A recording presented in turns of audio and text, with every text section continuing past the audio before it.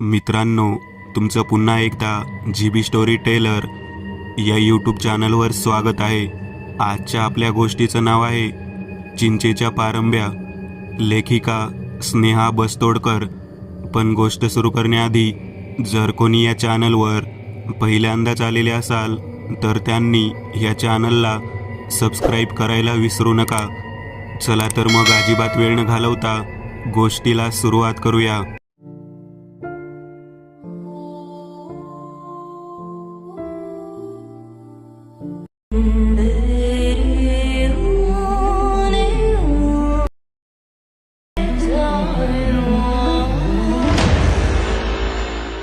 व्यवस्थित पोहोचलात ना? राजश्री म्हणाली. हो, पोहोचलो व्यवस्थित, पण हायवेवर भयंकर ट्रॅफिक जाम असतो, त्याने जास्तीत थकायला झालं. सुरेश म्हणाले. आता बाहेर जाऊन एक छान चहा पिऊन येतो, म्हणजे बरं वाटेल. हा अख्खा आठवडा तुम्हाला बाहेरूनच खाऊन काम चालवावे लागणार आहे.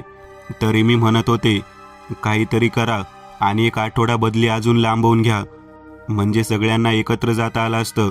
आता या वयाला नाही झेपत हे सगळं. आम्ही दोघी सगळं सामान घेऊन कसं काय येऊ आता? अगं ते शक्य नव्हतं. इथल्या ब्रँचमधल्या माझ्या आधीच्या मॅनेजरचा शुक्रवारी शेवटचा दिवस होता.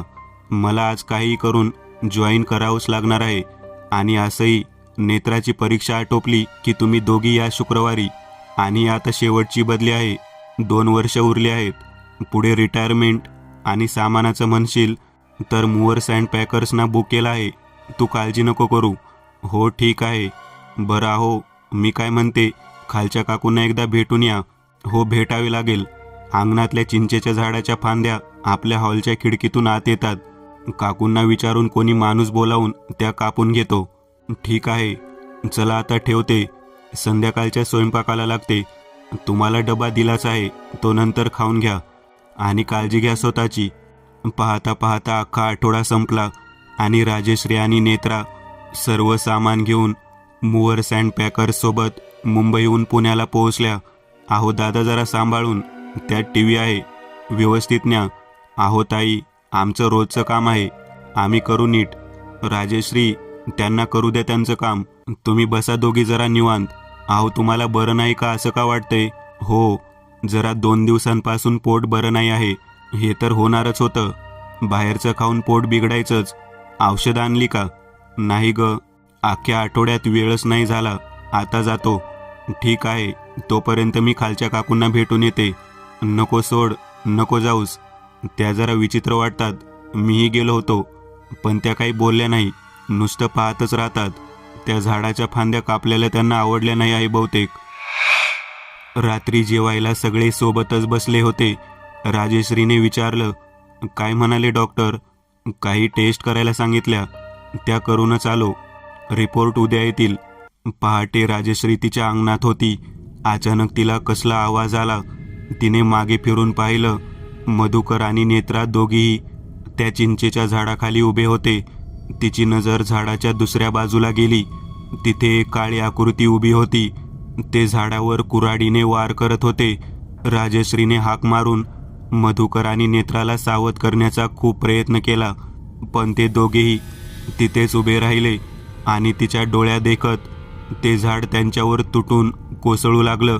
आणि अचानक तिचे डोळे उघडले. अगं आई, बरी आहेस ना? एवढा घाम का फुटलाय? काही नाही, राजश्री घाम पुसत म्हणाली. बरं, मी मॉर्निंग वॉकला जाते आहे. ठीक आहे, पण जास्ती लांब नको जाऊ. नवीन जागा आहे ना? हो आई, चल जाते मी. अगं जाते नाही, येते म्हणावं. नेत्रा नुसती मान डोलावत निघून गेली. तासाभराने वॉक करून परत आली तर खाली गेटजवळ मोठमोठ्याने राजश्री आणि सुरेशचा भांडायचा आवाज येत होता. ती पटापट पळत वर गेली आणि जे डोळ्यासमोर दिसलं त्यावर तिचा विश्वासच नव्हता बसत. तिचे शांत स्वभावाचे आईवडील अगदी कुत्र्या मांजरासारखे भांडत होते. तिने मध्ये पडत दोघांना थांबवले आणि दोघेही काही न घडल्यासारखे पुन्हा आपापल्या कामाला लागले. रात्री पुन्हा जेवणाच्या टेबलवर सगळे एकत्र बसले होते. सुरेश म्हणाले, राजश्री मला माफ कर, सकाळी मी उगाचच भांडलो. काय माहीत, हल्ली खूप चिडचिड होते. मलाही माफ करा. मीही नको ते बोलले तुम्हाला. अहो, रिपोर्ट आले का तुमचे? डॉक्टरकडे जाऊन आलात का पुन्हा? हो गेलो होतो. किडनीवर सूज आहे म्हणाले. हे काय आता आणि कशामुळे?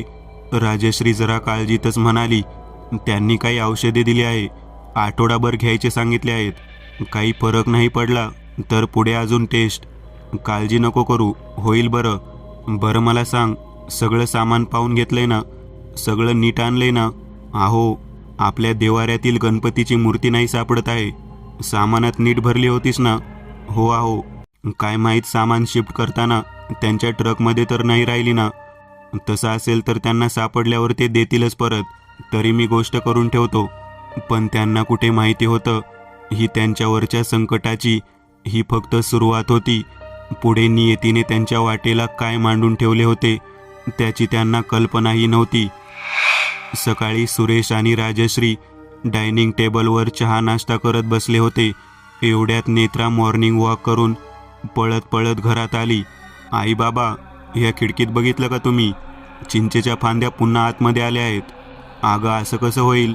अजून 3-4 दिवस झाले आहेत मला ते फांद्या कापून. तुम्ही चला बाबा, तिथे पाहून घ्या. माझं खालूनच लक्ष गेलं. हे नॉर्मल आहे का? झाडाच्या फांद्या इतक्या पटकन वाढतात का? अहो माझं ऐकाल का? मला हे सगळं काही बरोबर वाटत नाही आहे. इथे आलो आहे तेव्हापासून काही चांगलं घडत नाही आहे. अगं अजून 2-3च दिवस झाले आहे तुम्हाला इथे येऊन. इतक्यातच उगीच काही निष्कर्षावर येऊ नको. अहो पण घरातले देव नाही सापडणं, तुमचं आजारपण आणि ते स्वप्न. कुठलं स्वप्न? नाही, काही नाही.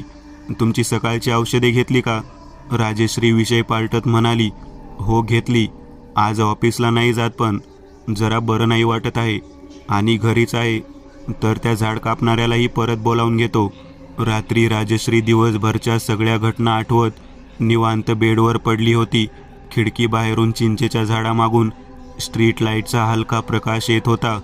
तिचं सहज लक्ष त्या झाडाच्या वाऱ्यावर झुलणाऱ्या पानांवर गेलं. पण तिथे त्या पानाशिवायही काही वेगळीच हालचाल जाणवत होती. तिने अजून निरखून पाहण्याचा प्रयत्न केला. एखादी मांजर झाडावर दुबकून बसली असेल असे भासत होते. पण बघता बघता त्याचा आकार वाढू लागला. एखाद्या माकडासारखी आकृती वाटत होती. पण काही क्षणातच ती आकृती अजून स्पष्ट होऊ लागली. ती मनुष्य आकृती होती. त्याने अलगद हात वर उचलून राजश्रीला स्वतःजवळ बोलावण्याचा इशारा करायची सुरुवात केली. त्याचा चेहरा स्पष्ट पाहण्यासाठी राजश्री उठून खिडकीजवळ गेली आणि त्या दिशेने मोबाईलचा टॉर्च लाईट मारू लागली. त्याच्या चेहऱ्यावर प्रकाश पडताच राजश्रीच्या तोंडून काळीच पिळवटून टाकणारी किंकाळी बाहेर पडली. तो सुरेशचा चेहरा होता. संपूर्ण रक्ताने माखलेला, लालबुंद डोळे, ठिकठिकाणी जखमा होत्या. ते दृश्य पाहून तिचं किंचाळणं सुरूच होतं. तेवढ्यात मागून सुरेशने उठून तिला सावरलं. सुरेशला पाहून तिला जरा हायसं वाटलं, पण तिच्या तोंडून भीतीने काही शब्दच फुटत नव्हते. उरलेली रात्र त्यांनी कशीबशी घालवली.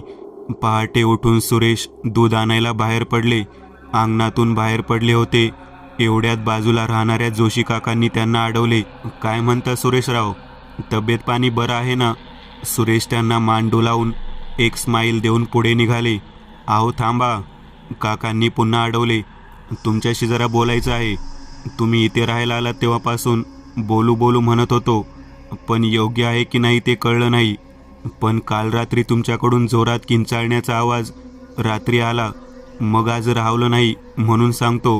ह्या घरात भाड्याने येऊन राहणारे लोक जास्ती काळ टिकत नाहीत. काही ना काही वाईट घटना घडतच राहतात. काही वर्षाआधी ह्या घरात खाली राहणाऱ्या काकू, काका आणि त्यांचा तरुण मुलगा राहायचे.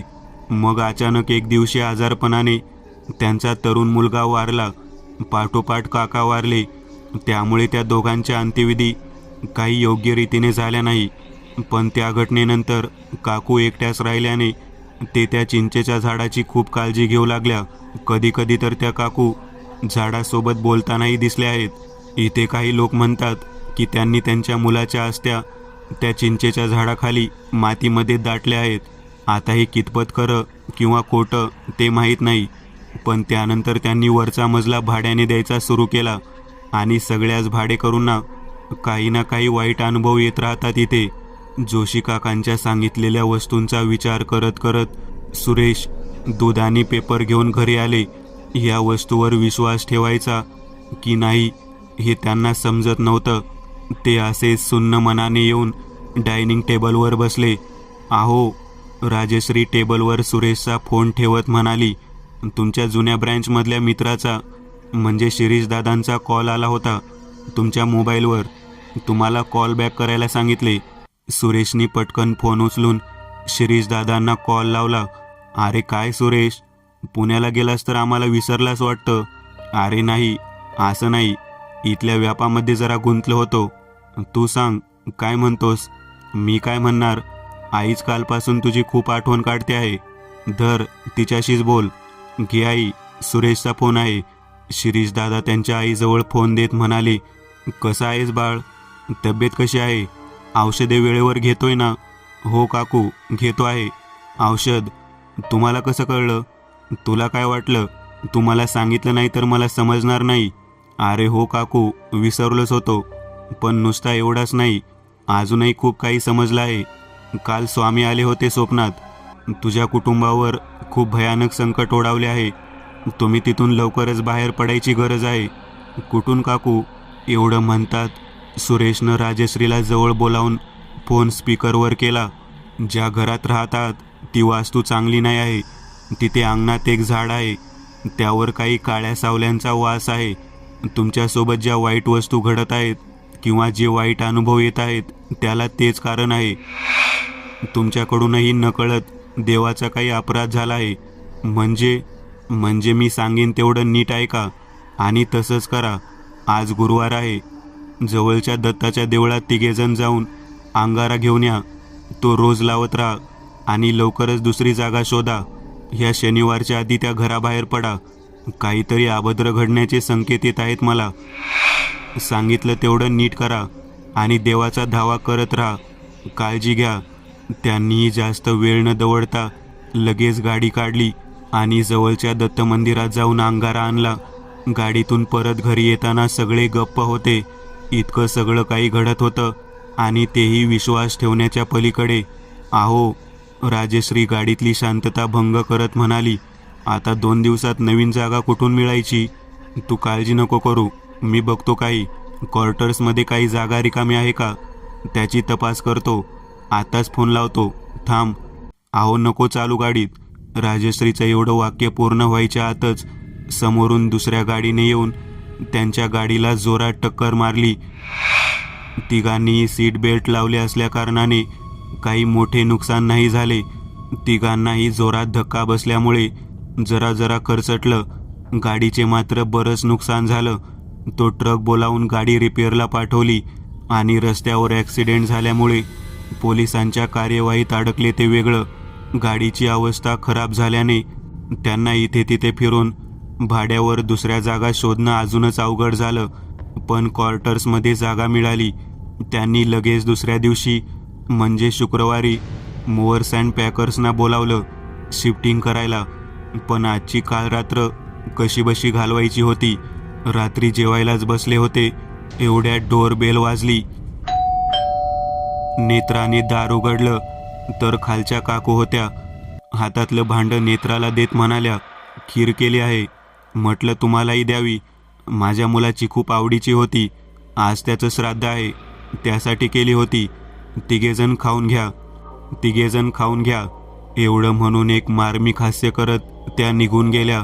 नेत्राने आत येऊन आईबाबांना सगळं सांगितलं. फेकून दे ती खीर, राजश्री रागावत म्हणाली. अगं हळू बोल, त्यांना ऐकू येईल खाली. किचनमध्ये ठेवते भांडं, उद्या गाय कुत्र्याला खाऊ घालू. रात्री पाणी प्यायला राजश्री उठली आणि बेडरूममधून डायनिंग टेबलपर्यंत आली. बाहेरून येणाऱ्या स्ट्रीट लाईटच्या प्रकाशात डोळ्यासमोरचं दृश्य पाहून तिच्या काळजात धस झालं. ते खिरीचं भांडं डायनिंग टेबलवर होतं आणि खिडकीतून चिंचेच्या झाडाच्या फांद्या आत येऊन त्या खिरीच्या भांड्यात जात होत्या. तिने पटकन जाऊन रूमचा लाईट लावला. रूममध्ये उजेड होताच दृष्टीआड असलेली स्पष्ट दिसले. झाडाची दुसरी एक फांदी खिडकीतून आत येऊन नेत्राच्या गळ्याचा घट्ट विळखा घेऊन होती. आणि नेत्रा जमिनीवर तर पडत होती. राजश्रीने जोरजोरात ओरडून सुरेशला बोलावले आणि पटकन जाऊन नेत्राचा गळफास सोडवू लागले.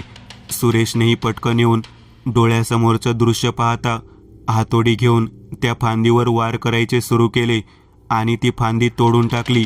उरलेली रात्र ते तिघेही जण एकत्र बसूनच राहिले, देवाचं नाव घेत. पहाटे लवकरच मूव्हर्स अँड पॅकर्सची माणसं आले आणि पटापट सारे सामान पॅक करून ट्रकमध्ये भरले. सर, एकदा एक नजर मारून घ्या सगळ्या सामानावर आणि घरातही पाहून घ्या, कुठे काही राहिले तर नाही आहे ना, म्हणजे आम्ही ट्रक सुरू करू. अहो माळे, खास पाहून घ्या, अजून येऊन एकच आठवडा झाला आहे, त्यामुळे काही सामान माळ्यावर तसेच पडले होते. सुरेशने घरात जाऊन सगळे कानेकोपरे निरखून पाहिले. मग किचनच्या प्लॅटफॉर्मवर चढून किचनच्या माळ्यावर एक नजर फिरवली. माळ्याच्या एका कोण्यात त्याला काही चमकणारं दिसलं. मोबाईलचा टॉर्च मारला तेव्हा धक्काच बसला. त्यांच्या देवघरातली गणपतीची मूर्ती तिथे माळ्यावर धुळीत पडली होती. सामान इथे आणलं तेव्हा काही पेट्या न बघता कामगारांनी माळ्यावर अशाच उडवून दिल्या होत्या. बहुतेक त्यातूनच ही मूर्ती बाहेर पडली असावी. आता सुरेशच्या लक्षात आलं की देवाचा काय अपराध घडला होता त्यांच्या हातून. त्याने पटकन ती मूर्ती खाली काढली आणि देवाची क्षमा मागितली. मूर्ती स्वतःजवळ घेऊन दाराला लॉक लावून चावी खालती काकूंना दिली. इतक्या लवकर निघाला तुम्ही? तुम्ही इथे राहत होतात तर बरे वाटत होते, आमचे एकटे पण दूर झाले होते, काकू म्हणाल्या. आमचे? सुरेशने विचारले. तुम्ही तर एकट्याच राहतात ना काकू इथे? काकूंनी पुन्हा एक मार्मिक हास्य करत त्या चिंचेच्या झाडासमोर पाहिले. सुरेशही पुढे काही न बोलता गणपतीची मूर्ती घेऊन बोलावलेल्या टॅक्सीत बसला. अहो, ही मूर्ती कुठून सापडली? देव जरा रुसले होते आपल्यावर, पण आता देवांचा असा काही अपराध होऊ नाही देणार मी आपल्याकडून. आता हे घर सोडतो आहोत, तिथूनच त्यांनी आपल्याला माफ करून आपल्याला आशीर्वाद दिला आहे असं समज. मित्रांनो, आज पुरतं एवढंच. तुम्हाला जर काही गोष्ट आवडली असेल तर नक्की लाईक करा. तुमच्यापैकी बरेचसे जण व्हिडिओ लाईक न करताच पळून जातात, पण हा जर व्हिडिओ तुम्ही लाईक केला तर मला जरा बरं वाटेल आणि असेच भारी भारी व्हिडिओ बनवायची माझ्यात एनर्जी येईल. त्यामुळे नक्की लाईक करा आणि अजूनही कोणी या चॅनलला सबस्क्राईब केलेलं नसाल तर लगेच सबस्क्राईब करून टाका आणि बाजूची घंटी ती मात्र दाबायला विसरू नका. देवाची घंटी आहे ती. चला तर मग पुन्हा भेटूया अशीच एक आगळी वेगळी गोष्ट घेऊन पुढच्या